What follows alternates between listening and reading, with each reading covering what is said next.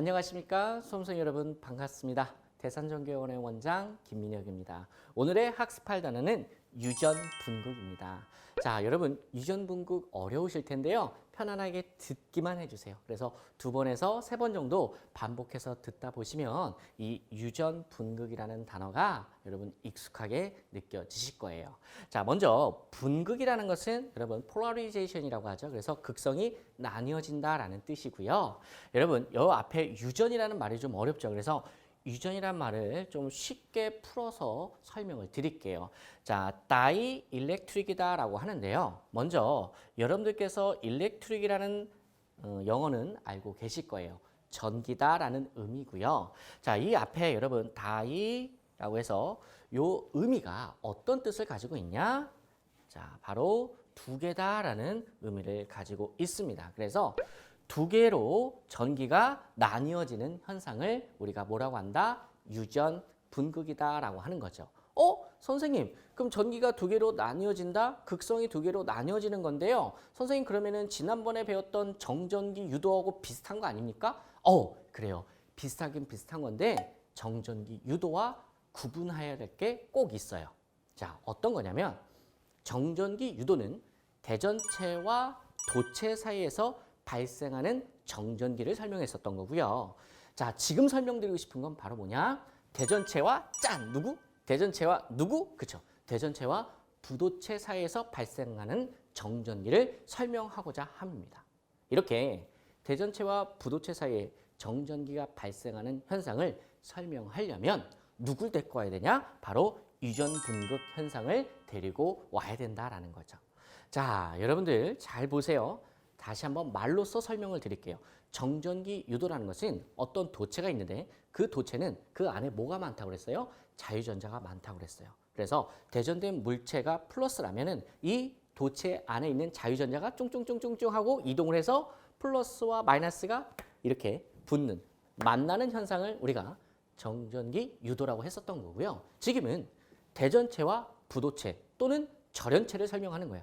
근데 부도체 또는 절연체는 그 안에 뭐가 없어요? 그쵸? 자유전자가 없단 말이야. 그러니 정전기가 발생하는 현상을 무엇으로 설명하냐라는 거지. 바로 유전분극입니다. 자, 지금부터 그림을 보면서 설명을 다시 한번 드려보도록 할게요. 자, 썰렁한 그림이지만 제가 그림을 좀 준비를 했어요. 자, 지금 오른쪽에 있는 이 그림은 바로 절연체 또는 부도체를 의미하는 거고요. 왼쪽에는 대전체예요. 근데 마이너스로 대전이 되었다라고 해서 이렇게 제가 그림을 준비를 한 겁니다. 그러면은 지금 얘는 대전체고 얘가 부도체야. 근데 어떻게 정전기가 발생하냐? 어떻게 정전기가 유도되냐? 유전분극 현상으로 우리가 설명을 할 수 있다. 이런 이야기입니다. 자, 그럼 도대체 유전분극이라는 게 어떤 건지 그 안을 살펴볼게요. 자, 지금 부도체 또는 절연체는 자유전자가 없다고 했죠. 자유전자가 없기 때문에 여러분 어떻게 이동할 놈이 없다 이거지. 자, 안타깝지만 자, 그렇다면 절연체에서는 누가 이동하냐 이거야.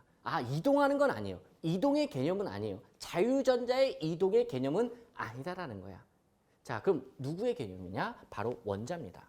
자, 여러분 원자를 한번 살펴볼게요. 그 원자는 가운데에 무엇과 무엇으로 있습니까? 양성자와 중성자로 되어 있죠. 그럼 중성자는 잠깐 뺄게요. 중성자 이야기는 잠깐 빼도록 할게요. 그럼 원자는 가운데 뭐가 있어요? 플러스의 전기를 띠고 있는 양성자가 있겠죠. 자, 얘를 플러스라고 할게요. 그리고 이 주변을 떠돌아다니는 게 있어요. 자유전자다 또는 전자다라고 얘기했죠. 자, 좀 더 정확하게 말해서는 전자라고 해야 돼요. 여기에서는 자, 전자가 밖으로 나갔을 때가 자유전자니까 여기에서는 전자가 이렇게 구름 모양으로 이렇게 둥둥둥둥둥 하고 떠돌아다닌다. 자, 그래서 우리가 원자의 모형을 설명할 때 이렇게 설명을 드렸었어요. 그래서 양성자의 개수와 전자의 개수가 같기 때문에 우리가 일반적인 원자는 중성 상태다라고 설명을 드렸었고요. 기억나십니까? 자, 근데 이러한 원자 모형이 중성 상태를 유지하면서 이렇게 존재를 하는데 이때 마이너스의 전하, 마이너스의 전기로 대전된 대전체가 오게 되면 얘가요, 형태가 바뀌어요. 모양이 찌그러져. 어떻게 찌그러지냐? 자, 보세요. 양성자는 그래도 뭐의 전기를 띠고 있어? 플러스의 전기를 띠고 있어요. 그리고 전자는 어떤 전기를 띠고 있어요? 그렇죠. 음의 전기를 띠고 있는 거죠. 이렇게 생긴 모양이 어떻게 바뀌냐? 이렇게 바뀌어. 자, 얘가 자 그림을 여기다 그릴게요. 자, 가운데 양성자가 어떻게 그렇죠? 이 마이너스로 대전된 대전체에 의해서 양성자가 한쪽으로 이렇게 오게 되는 거죠.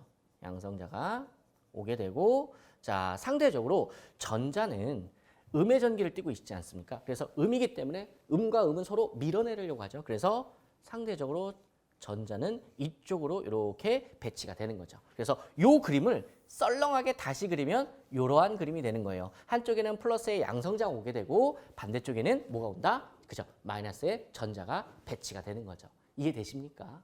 자, 그래서 자, 이 상태를 연속적으로 보게 되면은 이쪽에는 계속 플러스가 오게 될 거고요. 이쪽에는 상대적으로 마이너스가 오게 될 거다라는 거죠.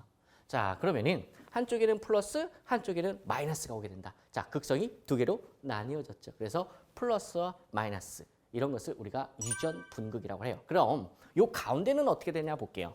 자, 한번 깨끗이 지워보고 다시 볼게요. 그럼 이 가운데에 점선 박스를 한번 봐주세요. 이 점선 박스 안에를 보면 플러스 마이너스 플러스 마이너스 플러스 마이너스 같이 공존합니다. 그래서 이 가운데는 무슨 상태가 되는 거야? 그렇죠. 중성 상태가 되는 거예요.